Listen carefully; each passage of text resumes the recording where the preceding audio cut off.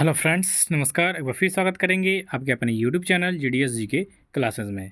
उम्मीद करता हूँ सभी लोग अच्छे होंगे, मस्त होंगे, तैयारी चल रही होगी। तो जैसा आपने कहा था कि सर ग्रुप डी रेलवे के लिए आप बैच लेके आइए जीके जीएस का।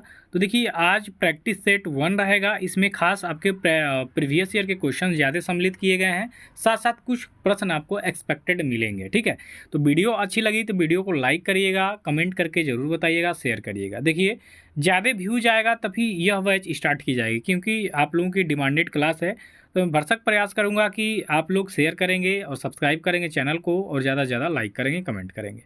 स्टार्ट करेंगे पहले क्वेश्चन से। ग्रुप डी में पूछा हुआ क्वेश्चन है, कार्य का मात्रक है।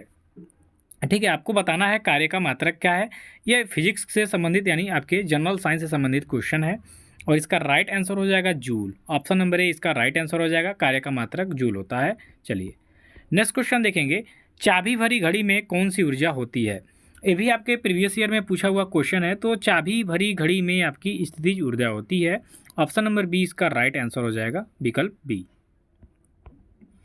अगला क्वेश्चन है कि दूध से क्रीम निकालने में कौन सा बल लगता है। तो दोस्तों दूध से जब क्रीम निकालते हैं यानी मखने के बाद जो क्रीम निकलता है वह किस बल के कारण निकलता है, ये आपको बताना है। तो दूध से क्रीम निकालने की जो बल लगता है उसका नाम है अपकेंद्री बल। ठीक है, ऑप्शन नंबर सी इसका राइट आंसर हो जाएगा कि जो अपकेंद्री बल होता है, अपकेंद्री बल, ये आपके दूध से क्रीम निकालने में इस बल का प्रयोग किया जाता है, अपकेंद्रीय बल। ठीक है, ये आपसे कोई पूछ दे कि दूध से क्रीम निकाला जाता है, बताओ किस बल के कारण, तो आप क्या बताएंगे, अपकेंद्रीय बल। ठीक है, चलिए अगले क्वेश्चन में देखेंगे, किसी मनुष्य के शरीर का सामान्य तापक्रम होता है। इन विकल्पों में आपको बताना है कि किसी मनुष्य के शरीर का सामान्य तापक्रम कितना होता है। तो देखिए डिग्री में 37 डिग्री होता है, ठीक, लेकिन यहाँ पे फ़ारेनहाइट दिया है तो 98 डिग्री फ़ारेनहाइट ये आपका होता है सामान्य मनुष्य के तापमान शरीर के। ठीक है, तो ऑप्शन नंबर डी इसका क्या हो जाएगा, राइट आंसर हो जाएगा। अगला क्वेश्चन है कि रेडियोधर्मिता का यूनिट क्या है। अब देखिए आपके केमिस्ट्री से संबंधित क्वेश्चन है। तो रेडियोधर्मिता की जब हम बात करेंगे तो इसका यूनिट होता है क्यूरी, क्योंकि इसकी खोज मैडम क्यूरी के द्वारा किया गया था, पियरे क्यूरी, मैडम क्यूरी के द्वारा। तो रेडियोधर्मिता का जो इकाई होता है ये आपका क्यूरी होता है। तो ऑप्शन नंबर जो सी दिख रहा है आपके विकल्पों में आपका सही उत्तर हो जाएगा। अगला क्वेश्चन है, आधुनिक आवर्त सारणी का आविष्कार किसने किया था। देखिए जो हम वर्तमान समय में आवर्त सारणी देख रहे हैं इसकी खोज कई लोगों ने किया, लेकिन जो वर्तमान में चल रहा है आवर्त सारणी इसकी खोज किसने किया था आपको बताना है दोस्तों। तो इसकी खोज किया गया था मेंडलीफ द्वारा। राइट आंसर यहाँ पे आपका विकल्प हो जाएगा बी, सही उत्तर की आधुनिक आवर्त सारणी का आविष्कार मेंडलीफ ने किया था। अगला क्वेश्चन हो जाएगा कि NaCl किसका रासायनिक सूत्र है। ये भी आपके एग्जाम में पूछा हुआ क्वेश्चन है। तो NaCl की जब भी बात करते हैं हम लोग, ठीक है, NaCl जो होता है ये साधारण नमक का रासायनिक नाम होता है NaCl। ठीक, NaCl आपके नमक का रासायनिक सूत्र, यहाँ रासायनिक नाम होगा, सॉरी सूत्र है तो आपके नमक का। ठीक है, चलिए अगला क्वेश्चन देखिए, निम्न में से कौन से कोशिकाओं को के आत्मघाती बैग कहते हैं, कहे जाते हैं। निम्न में से कौन से कोशिकाओं के आत्मघाती यानी कोशिका का आत्मघाती थैली किसे कहा जाता है। सीधा सीधा आप ये समझिए कि कोशिकाओं की आत्मघाती थैली किसको कहा जाता है। तो ये आपको कहा जाता है लाइसोसोम को। लाइसोसोम जो होता है ये कोशिका का आत्महत्या थैली के नाम से जाना जाता है, लाइसोसोम को। इसी में आपका विकल्प दिया है जो आपका बी, माइटोकॉन्ड्रिया वाला, इसे हम कोशिका का पावर हाउस कहते हैं। क्या, कोशिका का पावर हाउस कौन होता है आपका, तो आपका माइटोकॉन्ड्रिया होता है। और लाइसोसोम क्या होता है, तो कोशिका का आत्मघाती थैली या आत्मघाती बैग। तो इस क्वेश्चन का option number A right answer हो जाएगा। अगला क्वेश्चन है कि ईस्ट एक खाली स्थान है। तो ईस्ट क्या है दोस्तों, एक प्रकार का कवक होता है, फंगस। तो ऑप्शन नंबर सी इसका राइट आंसर हो जाएगा। यहाँ पे खाली स्थान में कवक भरा जाएगा कि जो ईस्ट होता है ये आपका कवक होता है, फंगी या फंगस। तो ऑप्शन सी हो जाएगा, इसका ब्रेड में प्रयोग करते हैं।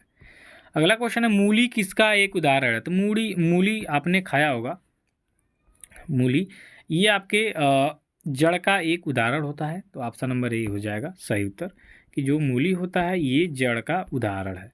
ऑप्शन नंबर हो जाएगा ए। अगला क्वेश्चन कहा जा रहा है पोमोलॉजी के अंतर्गत किसका अध्ययन किया जाता है। ये भी आपके एग्जाम में पूछा हुआ क्वेश्चन है, काफ़ी ज़्यादा इंपॉर्टेंट। तो पोमोलॉजी की बात करेंगे तो पोमोलॉजी के अंतर्गत हम फल का अध्ययन करते हैं। किसका? फल का। किसके अंतर्गत? पोमोलॉजी के अंतर्गत। पोमोलॉजी जो है इसके अंतर्गत हम किसका अध्ययन करते हैं दोस्तों? फलों का। तो ऑप्शन नंबर ए इसका राइट आंसर हो जाएगा।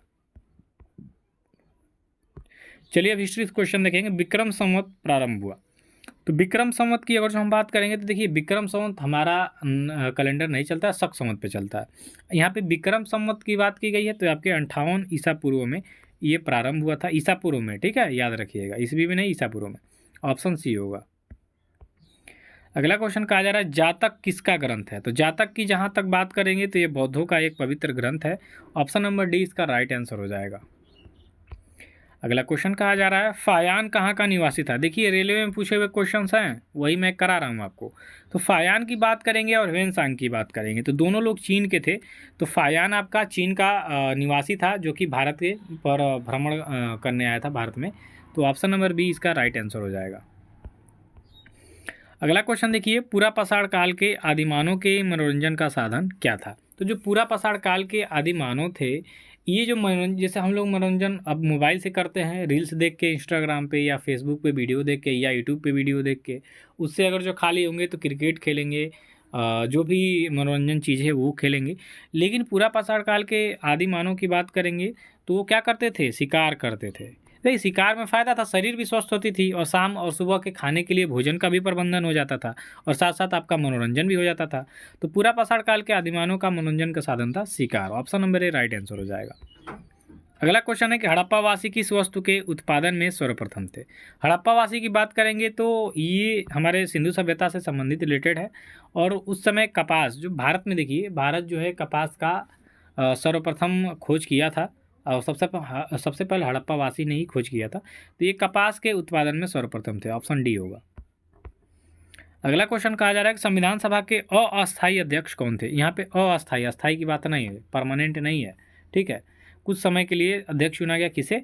तो सबसे पहले सच्चिदानंद सिन्हा को अस्थायी चुना गया था संविधान सभा के लिए। तो ऑप्शन नंबर सी इसका राइट आंसर होगा। अगला क्वेश्चन है कि भारतीय संविधान कब अंगीकार किया गया था, यानी स्वीकृत कब किया गया था। देखिए लागू करने और स्वीकार करने में अंतर है। तो यहाँ स्वीकार करने की बात हो रही है तो 26 नवंबर 1949 को। देखिए 26 नवंबर को प्रत्येक वर्ष भारत में क्या मनाया जाता है? संविधान दिवस मनाया जाता है, याद रखिएगा, क्योंकि 26 नवंबर 1949 को ही भारतीय संविधान को अंगीकृत किया गया था, ठीक है। तो ऑप्शन बी होगा। अगला क्वेश्चन कहा जा रहा है कि भारतीय संविधान की संरचना किस प्रकार की है। तो देखिए भारत का जो संविधान है कुछ मामलों में लचीला है और कुछ मामलों में कठोर है। तो ऑप्शन नंबर जो सी होगा इसका राइट आंसर हो जाएगा।